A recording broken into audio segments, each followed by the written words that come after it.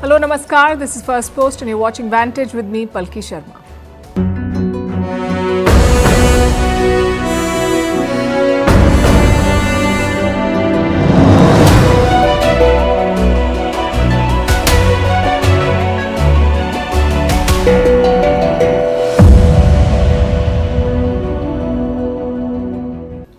Yesterday we told you about Donald Trump's tariff war. Today we'll tell you about a twist in the tale. The tariffs are on hold for neighbours Mexico and Canada.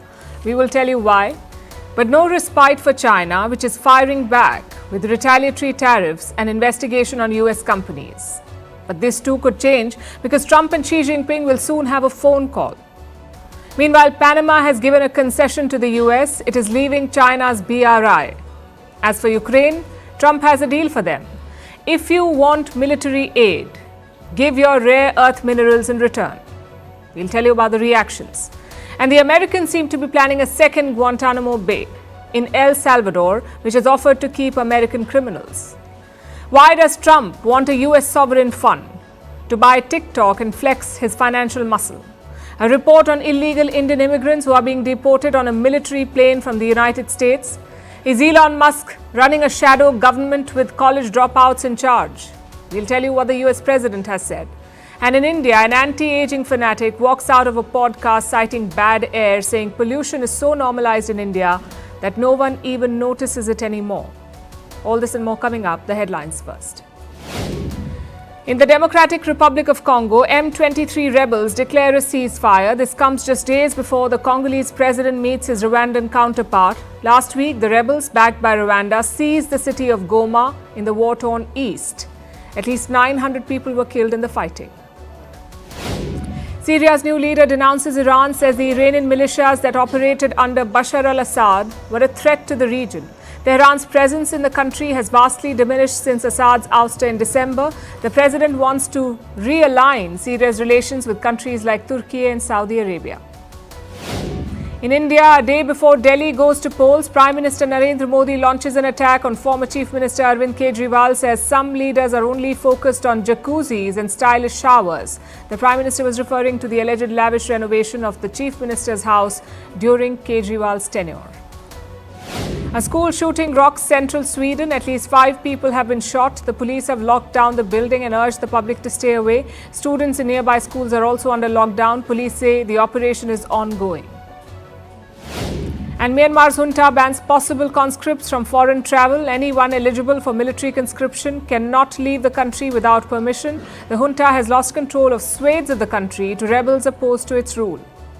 This decision is an attempt to shore up its forces as the battle intensifies.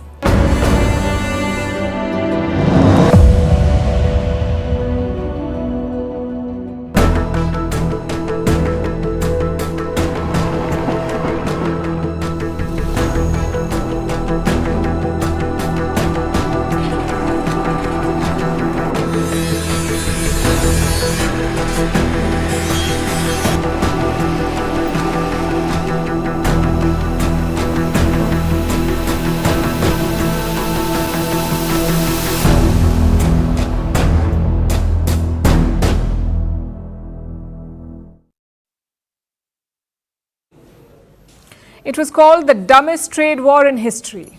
Turns out the shortest too, because President Donald Trump has hit the pause button. He has delayed the tariffs on his neighbours, Canada and Mexico. Both countries were to face 25% tariffs from today, but last-minute phone calls averted it. Trump spoke to Prime Minister Justin Trudeau of Canada and President Claudia Sheinbaum of Mexico. Both leaders agreed to tighten their borders. In return, Donald Trump delayed the tariffs. He has paused it for 30 days. And after that, well, Trump is keeping his options open. I had a great talk with Mexico, and we had President Sheinbaum is a woman. I like her very much, and we've had good relationships, but we have to stop fentanyl from coming in. Whether I like somebody or not, they have a big incentive to do. Other than that, we've agreed to talk and consider various other things. We haven't agreed on tariffs yet, and maybe we will, maybe we won't. Maybe we will, maybe we won't. So Trump is keeping up the suspense. Same with Canada. He says Canada has agreed to secure the northern border. So tariffs have been paused for 30 days. In this time, negotiations will happen. Trump wants to see if progress is being made. If not, he may reimpose the tariffs. The question is this a climb down by President Donald Trump, or is it mission accomplished? It's probably a bit of both. Mexico and Canada have announced certain moves. Mexico is sending 10,000 soldiers to the border. Their mission is to keep drugs and illegal migrants out. Canada is implementing a $1.3 billion border plan. They will also appoint a fentanyl czar. Plus, a joint task force is being created. Canada and the United States will jointly combat border issues. Trump is calling these wins. But the reality is a bit more complicated. You see, in 2019, Mexico deployed 15,000 soldiers to the border. Again, same reason, to appease Donald Trump. But the migration rate did not drop. As for Canada's plan, it is not new. They announced this border package in December, even before Trump took office. So it's too early to make judgments, to say if Mexico or Canada have made meaningful concessions. Having said that, two things are quite clear. One, tariffs will bleed stock markets. Economists had already warned of this, but yesterday made it amply clear. US markets dropped 1.7% in opening trade. But when Trump backed off, the stocks recovered. The S&P 500 closed 0.7% down and Nasdaq was 0.8% down. If tariffs return, this will happen again.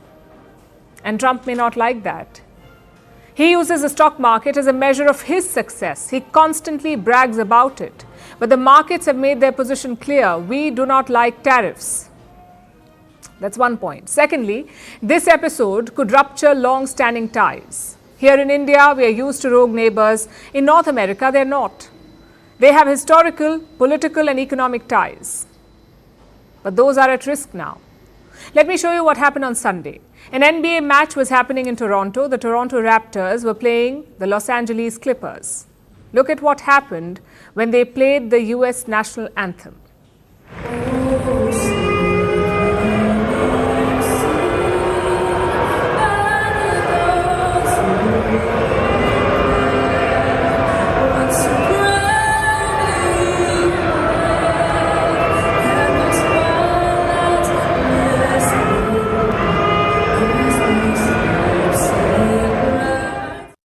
That's not all. Canada was responding in kind. They took down American alcohol from most provinces. They also announced tit-for-tat tariffs. Ontario led the way. This is Canada's most populous province. It makes up 38% of their GDP. Ontario cut off US companies from bidding for contracts. It also scrapped a deal with Elon Musk's Starlink.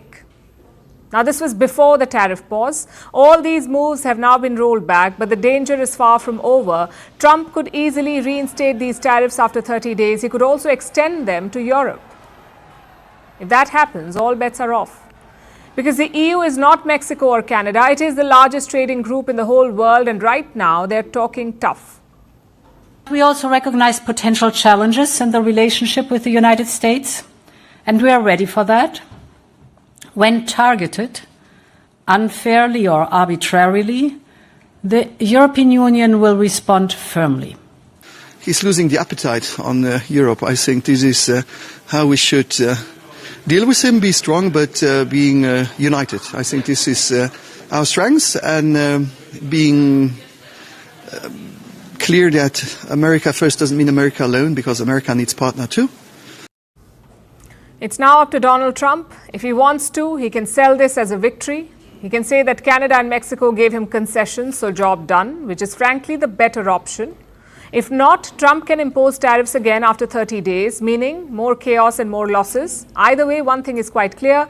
Trump's first encounter with blanket tariffs did not go well. The question is, will it shake his confidence in his favorite weapon?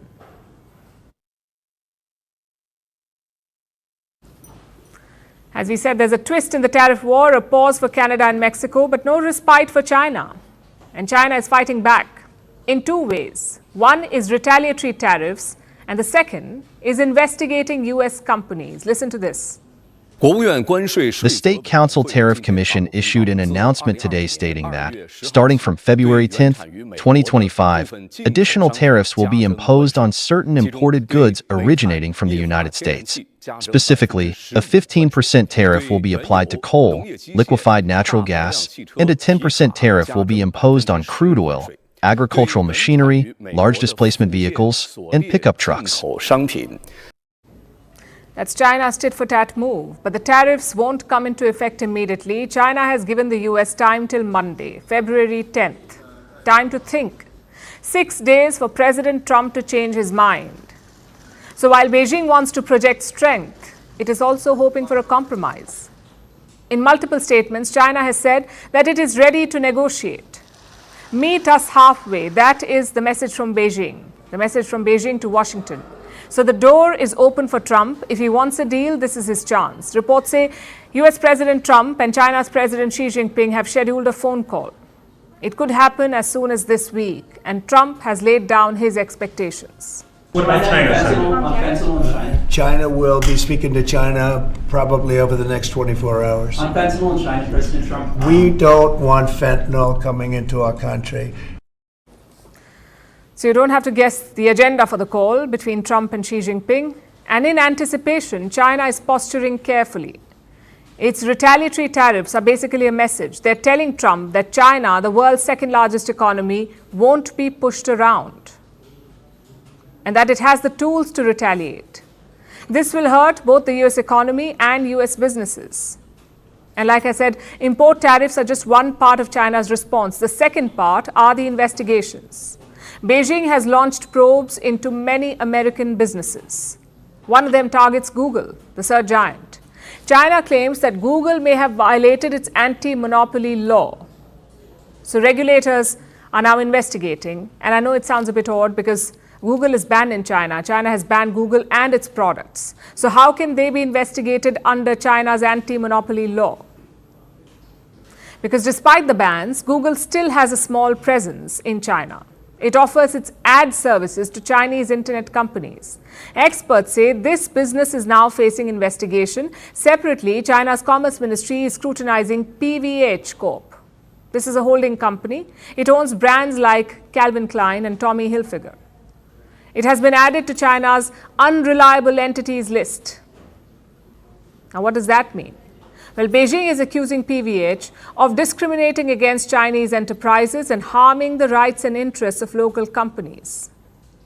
Like the case against Google, the charges against PVH are broad and vague. There is no official statement from any government agency spelling out these allegations in detail. There may not even be a real case against them. Obviously, China is not seeking justice here. It is using the process as punishment. These companies will suffer under prolonged scrutiny. They could face restrictions in the Chinese market, and Beijing could even impose heavy penalties on them. As you know, transparency has never been China's strong suit. The longer this drags on, the greater would be the risk for these firms. And if China escalates this fight, American businesses will take an even bigger hit. It is a fact that the US does a lot of business in China. In 2022, this trade was worth over $750 billion. And this includes both goods and services. So Trump's options are quite limited, frankly. Is he prepared for a prolonged trade war? Can he sustain it? Can US businesses handle China's retaliation? These are all questions that Washington will have to consider. Donald Trump was elected on the promise to put America first, but his actions could backfire on American companies. His trade war could choke US businesses. It's not clear how long he'll keep doing this, but we can say that it will test the resilience of the US economy.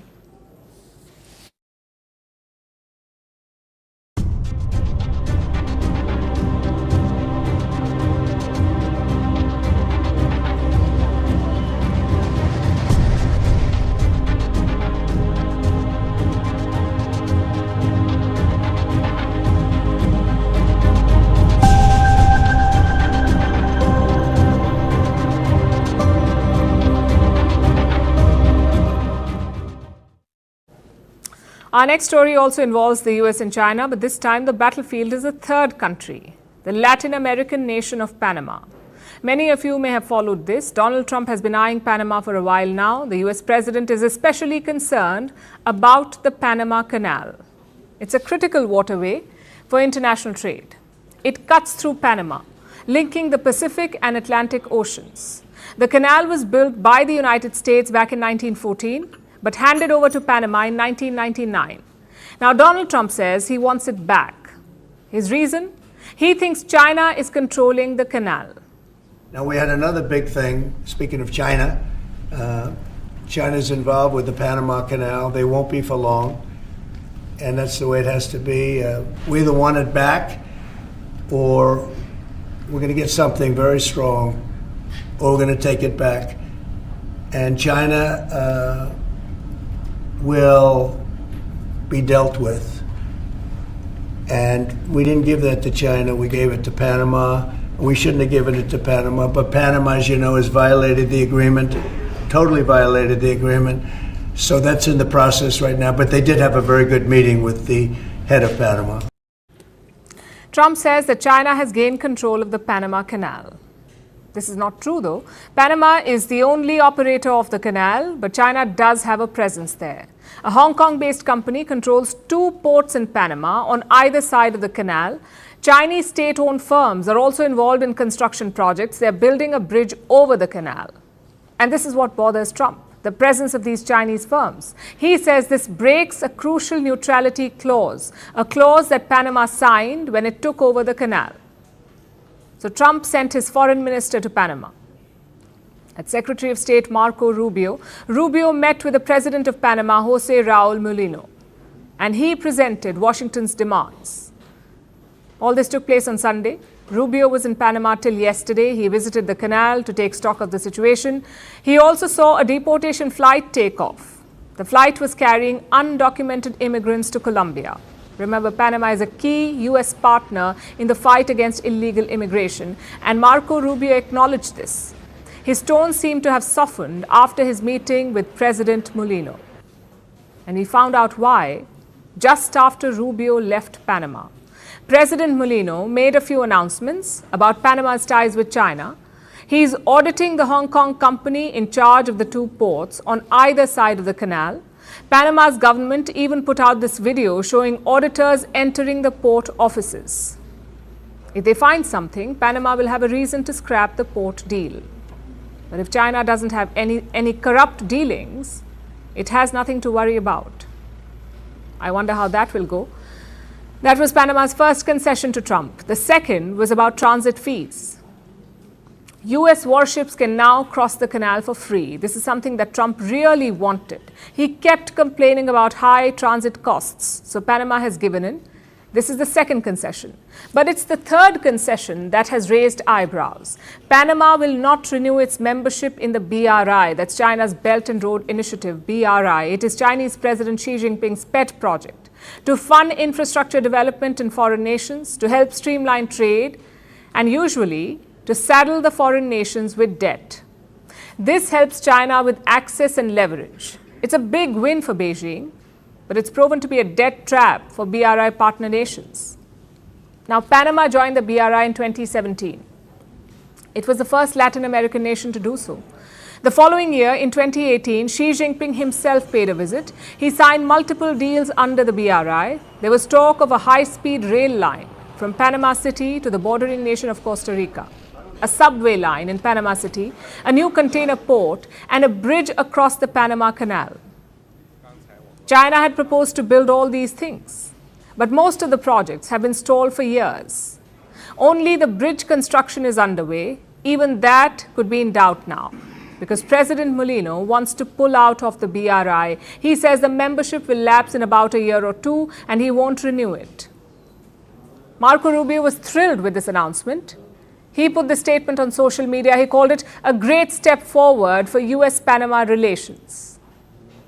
Trump may like the move. It could address his concerns about neutrality, but we don't know if he'll stop thinking about taking over the canal. What we can say for sure is that this is a blow to China. Beijing has lost a key partner in Latin America, and its companies are on the back foot. So for now, It's Trump 1, China 0.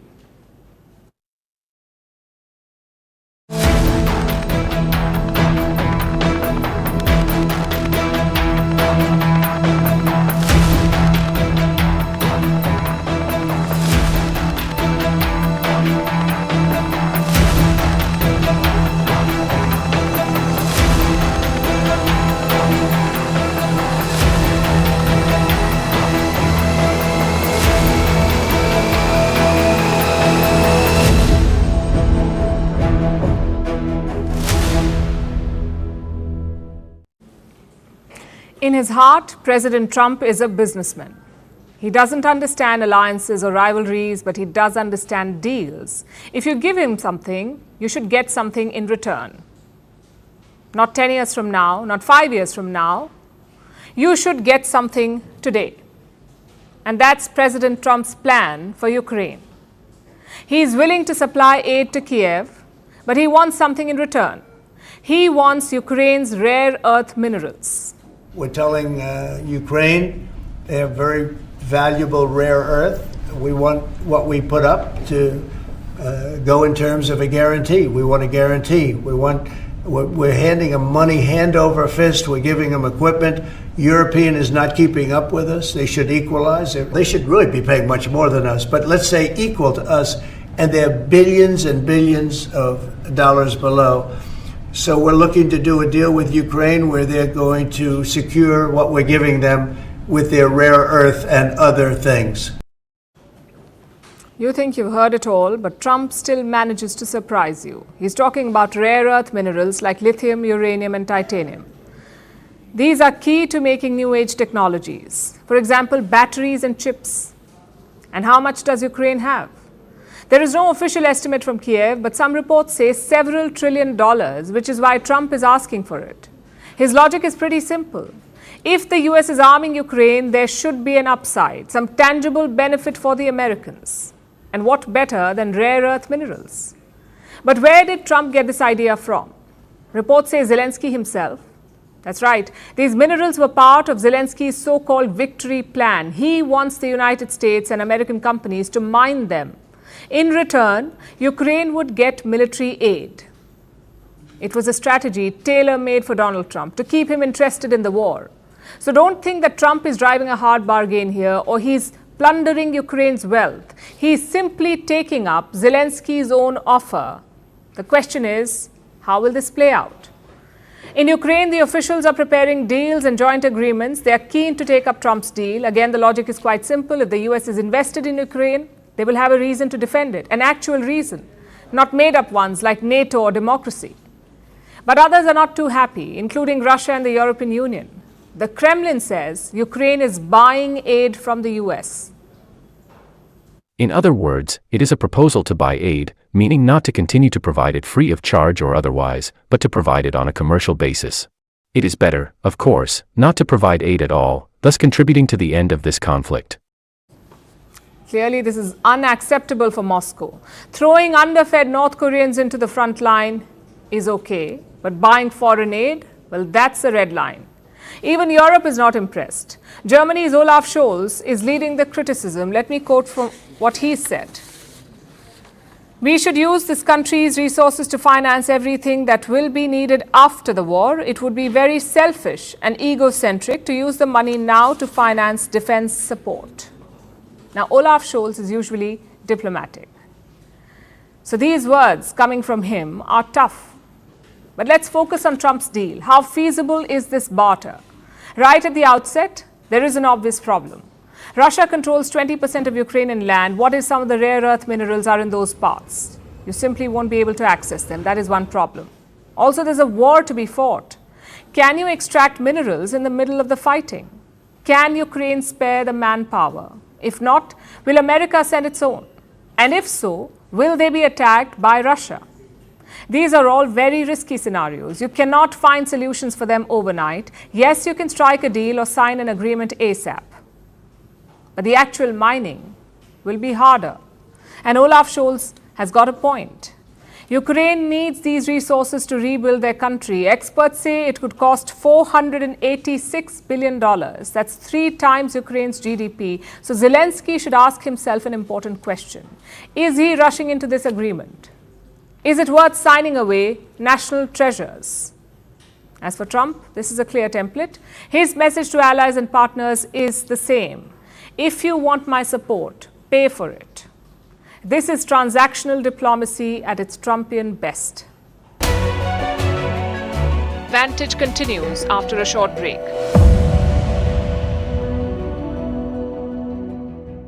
After Arvind Kejriwal questioned the Election Commission of India, now the Election Commission has hit back as it is posted on Twitter, on social media platform X, and this is what the post is reading. I'm quoting from it. The 3-member commission collectively noted repeated deliberate pressure tactics to malign ECI in Delhi elections as if it is a single-member body and decided to have constitutional restraint, observing such outbursts with sagacity, stoically, and not to be swayed by such insinuations. This is the latest reaction by the Election Commission of India. This is over charges by Arvind Kejriwal claiming that the workings of the ECI need to be looked upon as they are politically driven. Now, my colleague Arunima is with us on the broadcast. Arunima, ECI is completely putting out its statement and saying that these are insinuations and the Election Commission doesn't want to be swayed by it or respond to it, and yet this particular tweet. Yes, so they want to put it out on record that all the allegations that have been made by the political parties, the Election Commission is not ignoring it. They are well aware of the kind of political insinuation that is being made, but because of the constitutional position that the Election Commission of India has, they are refraining from getting into a tutu meme on political divide between the ruling side and the opposition. What is really triggering this outburst? If you recall, from this morning onwards, Atishi, who's the Chief Minister of Delhi, she's put out tweets against the Election Commission of India questioning why there is an FIR against her. There has been FIR and counter FIRs between Atishi and Mr. Bidhuri, who's contesting from Kalkaji. His nephew has also been accused of violating the Representation of People's Act. So there is an FIR, counter FIR between these two candidates of Kalkaji. Earlier, when the Election Commission's team, the Swift Action team, had reached Kapurthala House where Bhagwant Mann was residing, there were again tweets put out by Bhagwant Mann saying, why is the ECI doing this to us? So repeated allegations by the Aam Aadmi Party-led opposition here, the India opposition, the ruling side here in Delhi, saying that the Election Commission is acting in a biased manner.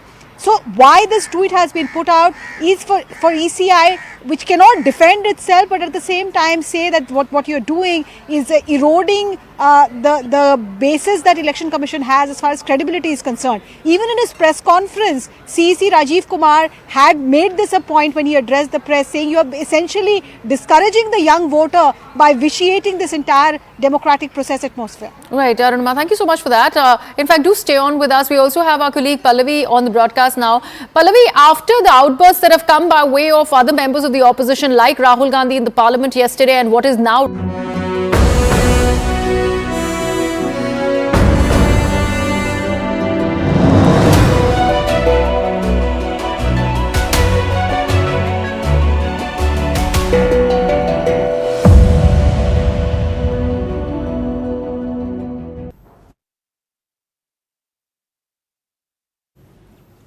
When I say US torture chamber in Latin America, what is it that comes to mind?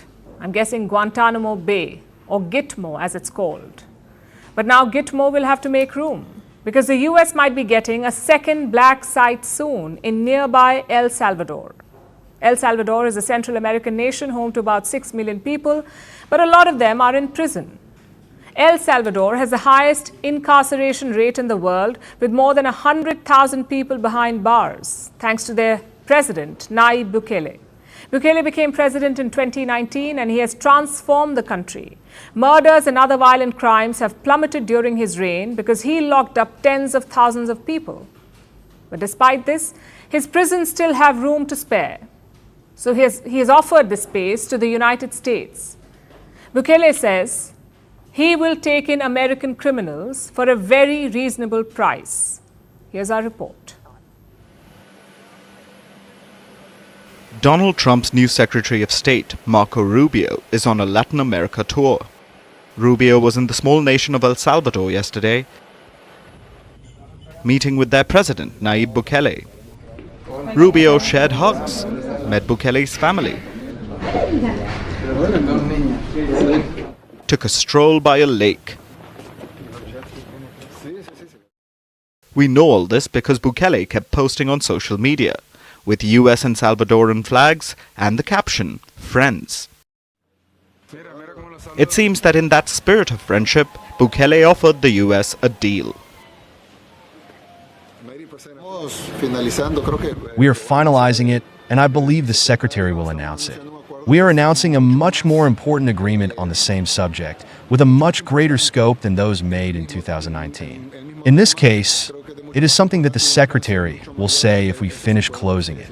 It is a much greater agreement that is unprecedented in the history of relations not only between the United States and El Salvador, but in Latin America. It seems the deal was finalized because Rubio did announce it, and he was stunned at Bukele's generosity.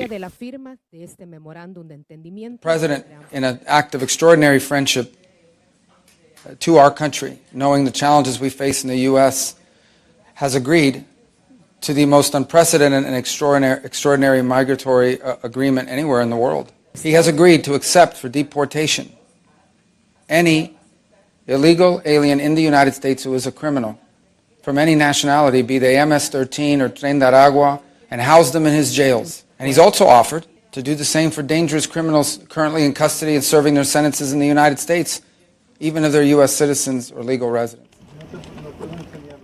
So El Salvador has agreed to become a deportation hub, where the US can dump undocumented migrants. No matter what country they came from, El Salvador will take them all. This includes hardened criminals. And not just criminal immigrants, this includes US citizens. El Salvador says it'll become an offshore prison colony for all of them. Why would El Salvador make this offer? For the money, of course.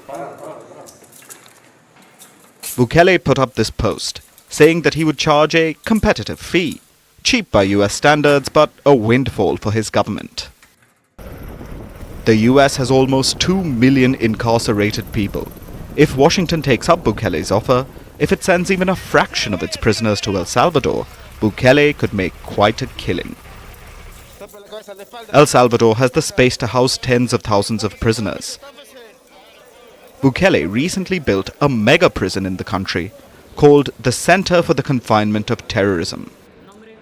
It can officially house 40,000 prisoners. But the prison director once said that where you can fit 10 people, you can fit 20. So, who really knows the prison's true capacity? There are no family visits allowed. No human rights groups, no NGOs. Just rare guided tours at best. Bukele built this prison to house dangerous criminals, gang members that had been terrorizing El Salvador for decades. The country used to be a murder hotspot. But Bukele imposed an emergency and proceeded to lock up anyone even remotely related to gangs. The result has been that crime has fallen dramatically. But there are reports of arbitrary arrests, custodial torture, and extrajudicial killings. The prison is considered a dumping ground for people who will never see the light of day again. Bukele is incredibly popular in El Salvador. After all, he drastically reduced gang crime. A lot of Salvadorans feel much safer, so many are willing to overlook state excesses. Will it be the same for the US? Will El Salvador's prison become the new Guantanamo Bay? The US holds Guantanamo Bay in Cuba because of a 120-year-old treaty, which allows them to control it indefinitely for about $4,000 a year in rent. The US used Gitmo to torture terror suspects. But in the case of El Salvador, they won't even have to get their hands dirty. It might be more expensive than Gitmo, but the ability to outsource the torture might make Washington happy.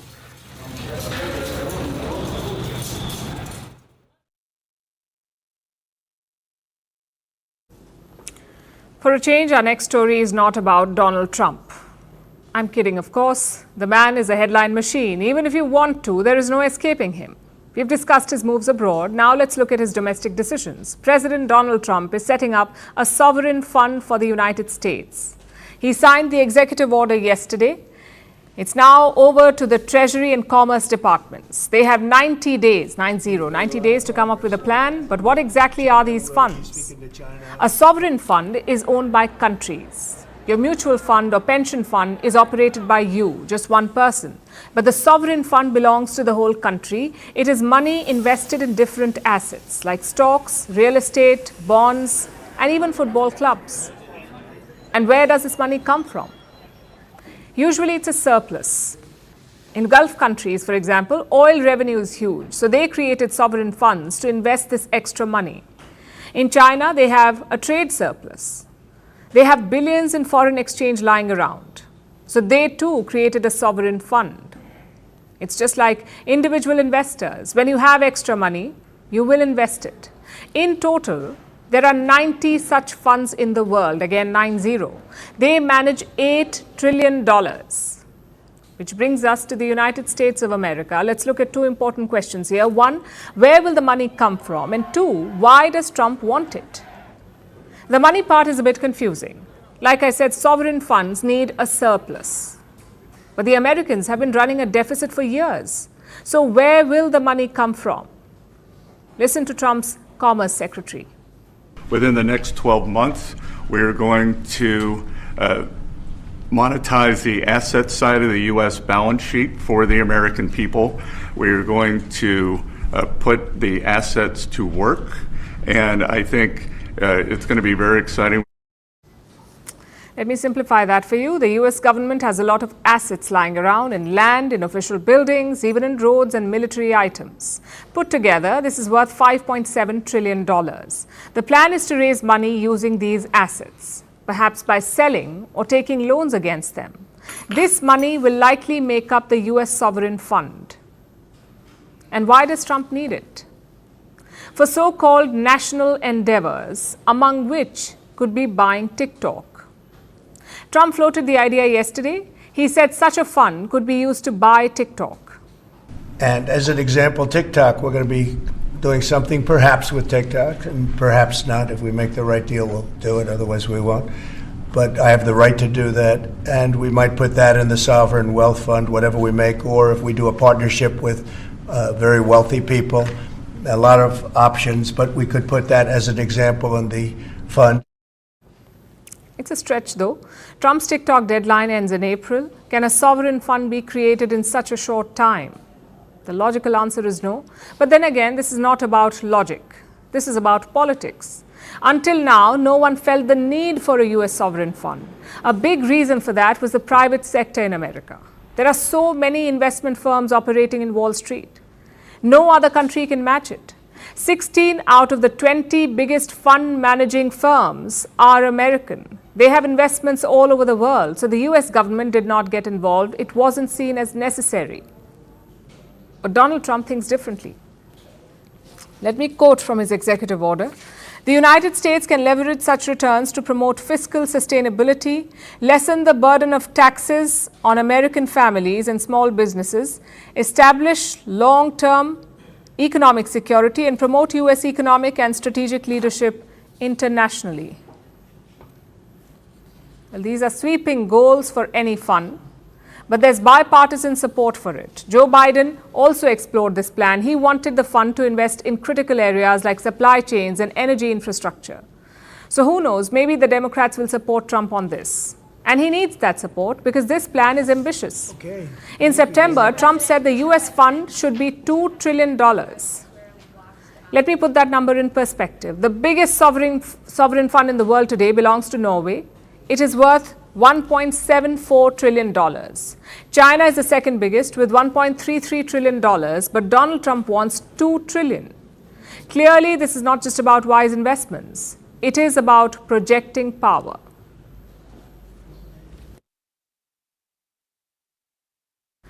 Now let's talk about the D word, deportation. President Donald Trump's mass deportation plan is underway in full swing. Over the past few days, he has already flown migrants back to Guatemala, Peru and Honduras.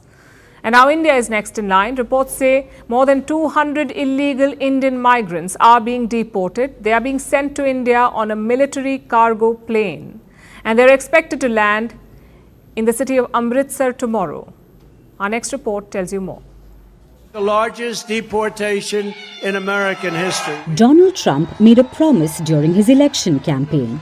He vowed to deport undocumented immigrants. We have no choice because that's not sustainable by any country. Now that he's the US president, Trump is living up to this promise and deporting immigrants left, right and center.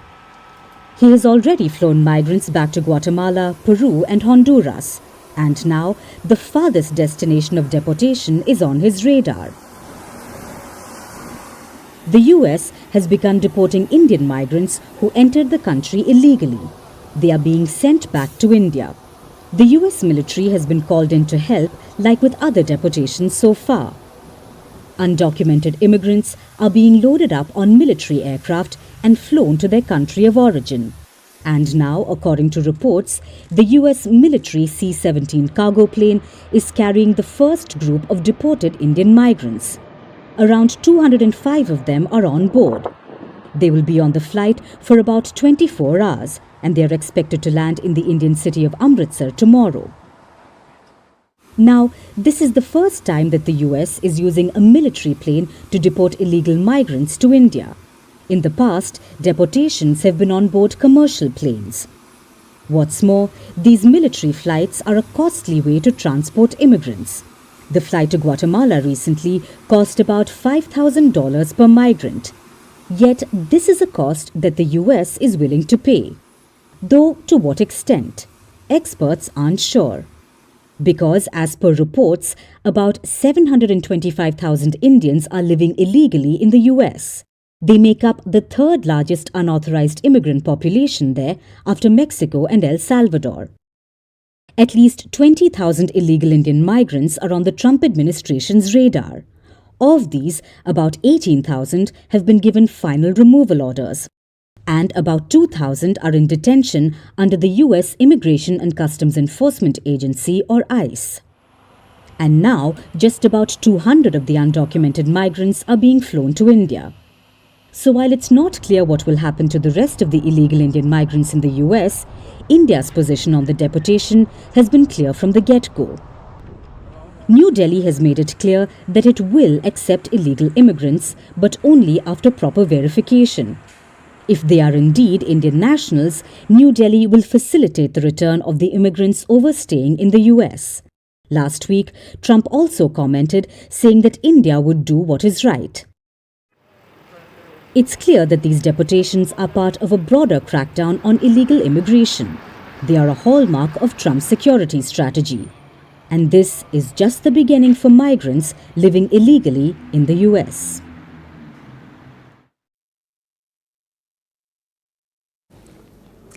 Billionaires often have it all. They have money, private islands, even a fleet of rockets. Whatever they want is at their fingertips. It seems that there are very few things that they lack. So what do you crave when you have it all? Power, I suppose. The power to control other people's lives, the power to decide where taxpayer money goes, which agencies survive or disappear, and who calls the shots in government. Yes, we are talking about Elon Musk. He spent years building a business empire, amassing wealth beyond imagination. But it's only now that he's got the missing piece, the keys to the US government. You see, Elon Musk bet on the right candidate. Donald Trump won the election, he's back in the White House, and by default, Musk now has a direct line to power. Some call him America's first buddy. Others say he's the co-president. Trump has even handed Musk his own department. It's called DOGE, the Department of Government Efficiency. It has unfettered access to everything, it seems, from classified intelligence to treasury data. Musk knows it all. The world's richest man is now pulling the strings. No election, no Senate confirmation, just raw, unchecked power. So what exactly is Elon Musk's role here? Is he part of the government? Is he freelancing? Is he slashing federal spending just as a side hustle now? Well, the White House has given him a new title, Special Government Employee. I can confirm he's a special government employee. I can also confirm that he has abided by all applicable federal laws. As for his security clearance, I'm not sure, but I can check back with you. Did he pass? What does that mean? He's not a full-time federal worker, but he is not just a volunteer either. He exists in a grey zone somewhere in between. Special government employees are temporary hires. Technically, they're bound by the same ethics and rules. They're supposed to avoid conflicts of interest. But when the world's richest man is rewriting the rules, who's really keeping him in check? Donald Trump says he is. He says nothing happens without his approval. Elon can't do and won't do anything without our approval. And we'll give him the approval where appropriate. Where not appropriate, we won't. But he reports in, and it's something that he feels very strongly about, and I'm impressed because he's running, obviously, a big company. It has nothing to do if there's a conflict that we won't let him get near it. So what has Musk accomplished so far? It's been just 2 weeks since Trump took office, and in that time, Elon Musk has brought US aid to a standstill. That is Washington's main foreign aid agency. He's pushed for mass federal layoffs. He's gained access to classified intelligence. He's taken control of sensitive data on millions of Americans. And most importantly, Elon Musk now oversees the US Treasury's payment system, the nerve center of government spending that runs into trillions of dollars. In a matter of just days, the world's richest man has taken hold of America's financial lifeline. And it's not like he's personally overseeing all of this. His day, like yours, has only 24 hours. How much can you possibly do in that time? So, of course, he has a team. His squad of Doge disruptors. There are 6 people in this squad. Let's tell you about them. The first is Akash Boba. Just 21 years old, graduated high school in 2021. Once an investment engineering intern, he is now in the heart of power. Then there is Coristine. He's only 19. His father runs a successful popcorn business. He skipped college altogether. Next, Farritor, 23 years old, another college dropout, now shaping government decisions. And the other 3, well, they did go to college and then worked at tech startups. So half of Musk's team has no degree and none of them has experience in government. And yet they hold the keys to the US government. Basically, Musk is running this like a tech startup. Fast, chaotic, and controlled by 19-year-olds. And this has left the Democrats up in arms. Those staffers, whomever they are, now have unprecedented access to the most sensitive payment data in the entire federal government, with no transparency, with no guardrails, and guess what? The one independent watchdog who could have provided oversight was fired by Donald Trump over a week ago. And just like the president who is elected to something cannot impound the money of the people, we don't have a 4th branch of government called Elon Musk. And that's going to become real clear. Elon Musk says it's all for efficiency. He wants to optimize democracy. But here's the problem. Democracy was not really meant to be efficient. It is meant to be slow, deliberative, and most importantly, accountable. If it were any other country, the US would have been up in arms. It would have sanctioned them. The US has invaded countries for far less. So this would have been a red flag. But now that it's America itself, they've dubbed it as innovation. Supporters say Elon Musk is optimizing democracy. Critics say he's subverting it by taking power with no election and no oversight. Let's see if it features in the next democracy index, the kind that talks about backsliding and fledgling democracies in the global south. Will it question the Trump-Musk presidency in America?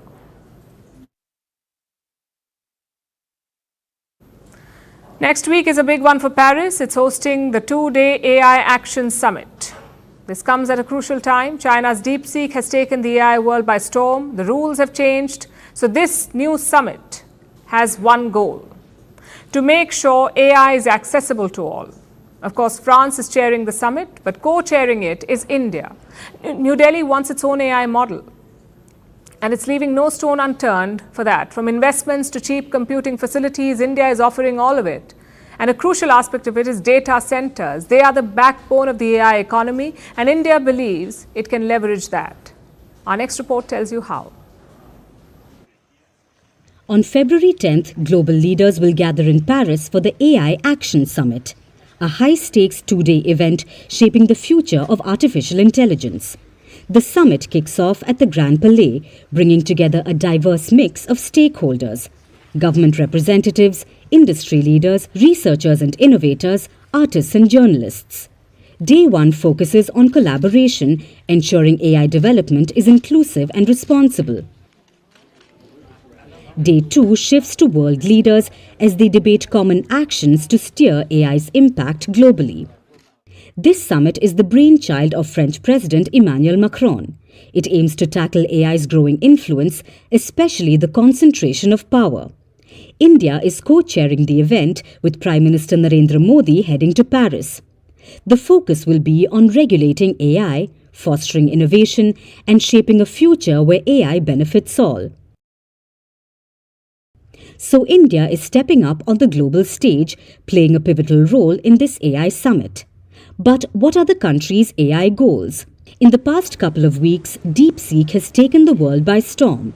Beijing set a powerful example, demonstrating that AI models don't necessarily need billion-dollar investments or cutting-edge technology.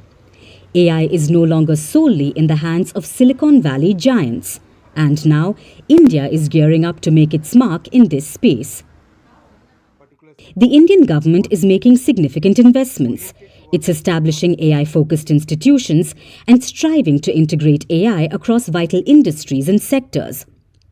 Beyond merely hosting foreign AI models, India is actively driving the development of homegrown AI technologies.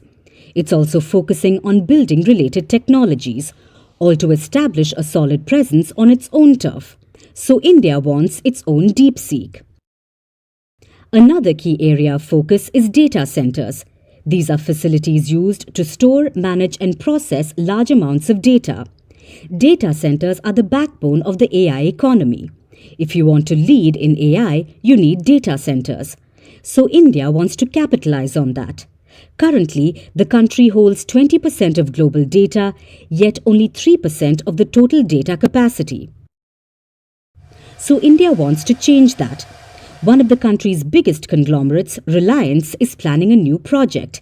It wants to build what could become the world's largest data center. It will be located in the city of Jamnagar, and it's targeting a capacity of 3 gigawatts. That's not all. India expects an investment of $300 billion in hyperscalers and data centers. This is over the next 3 years, and it's understandable why. Relatively low construction costs and energy fees gives India an advantage as a data center hub. So with these recent developments, India is not only positioning itself as a key player in AI, but also as a hub for the next generation of technological innovation. As the summit unfolds in Paris, all eyes will be on the direction the world chooses to take. Will AI become a force for good, and who will lead the charge in shaping this future? We don't know yet, but India is clearly ready to make its mark. Vantage continues after a short break.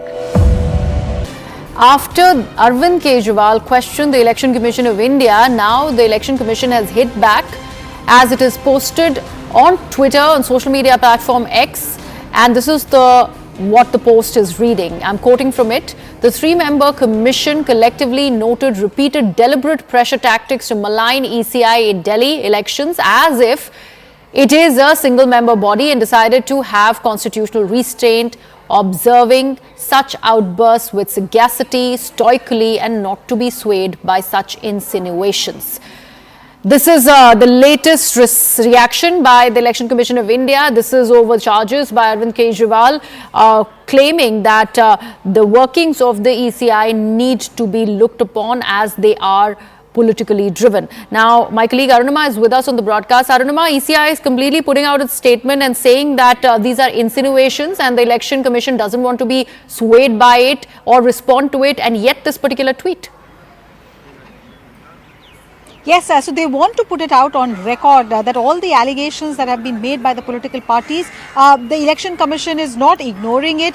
They are well aware of the kind of political insinuation that is being made, but because of the constitutional position that the Election Commission of India has, they are refraining from getting into a tutu meme on political divide between the ruling side and the opposition. What is really triggering this outburst? If you recall, from this morning onwards, Atishi, who's the Chief Minister of Delhi, she's put out tweets against the Election Commission of India, questioning why there is an FIR against her. There has been FIR and counter FIRs between Atishi and Mr. Bidhuri, who's contesting from Kalkaji. His nephew has also been accused of violating the Representation of People's Act. So there is an FIR, counter FIR between these two candidates of Kalkaji. Earlier, when the Election Commission's team, the Swift Action team, had reached Kapurthala House where Bhagwant Mann was residing, there were again tweets put out by Bhagwant Mann saying, why is the ECI doing this to us? So repeated allegations by the Aam Aadmi Party-led opposition here, the India opposition, the ruling side here in Delhi, saying that the Election Commission is acting in a biased manner. So why this tweet has been put out?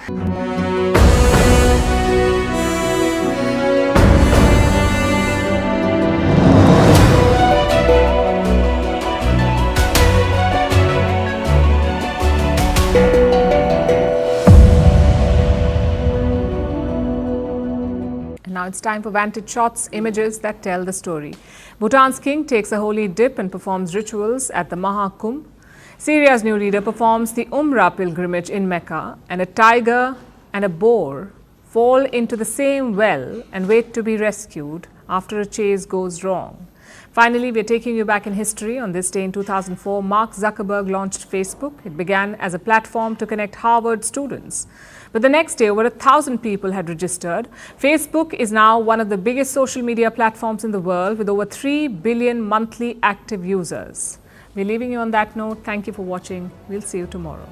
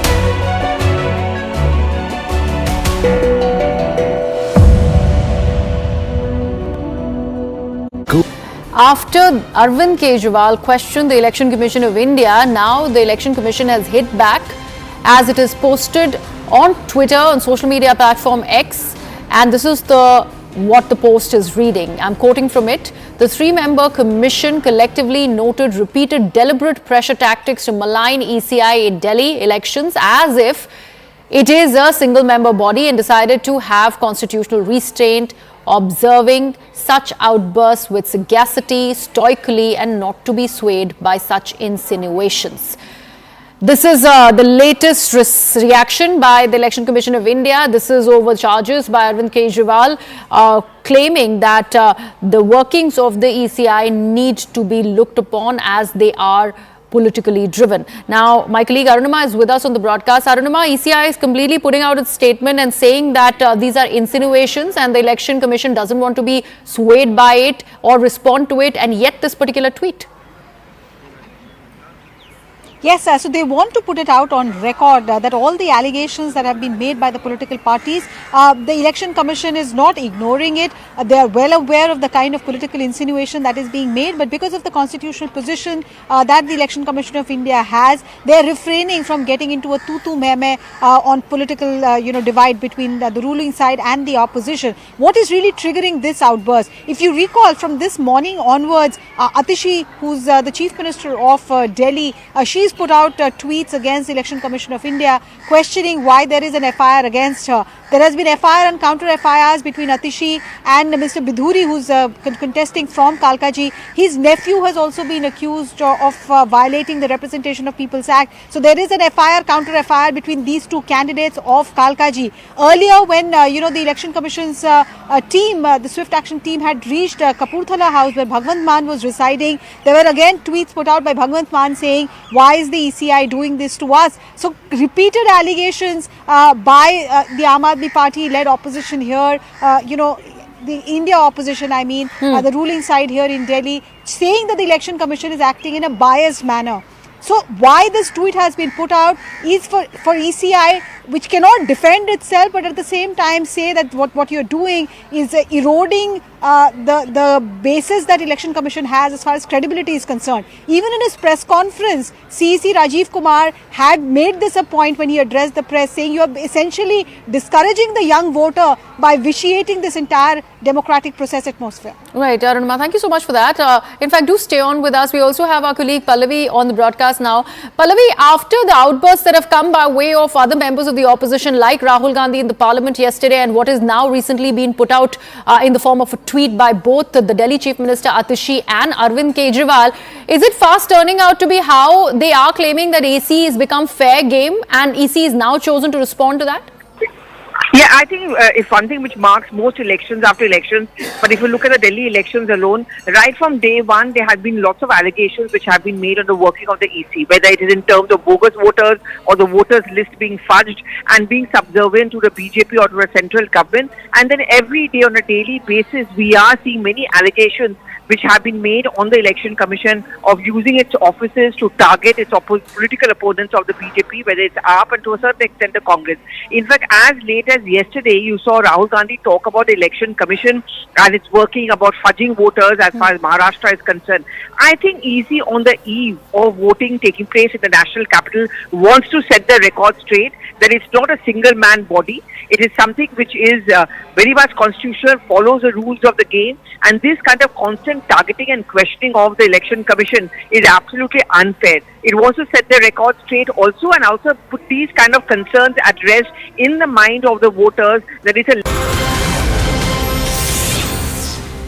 Hello and welcome to the late night edition with me, Ayushman Singh Jamwal. Our top story: Prime Minister Narendra Modi launched an all-out attack on the opposition in the Lok Sabha today, responding to the debate on the motion of thanks to the President's address on the eve of the Delhi elections. He targeted the opposition on multiple fronts. In several veiled attacks, he slammed Rahul Gandhi for insulting the President, accusing the Congress of ignoring the rights of backward classes and the poor. He targeted the Aam Aadmi Party over the Sheesh Mahal controversy and a list of unfulfilled promises as well. Prime Minister Modi also laid out the government's track record of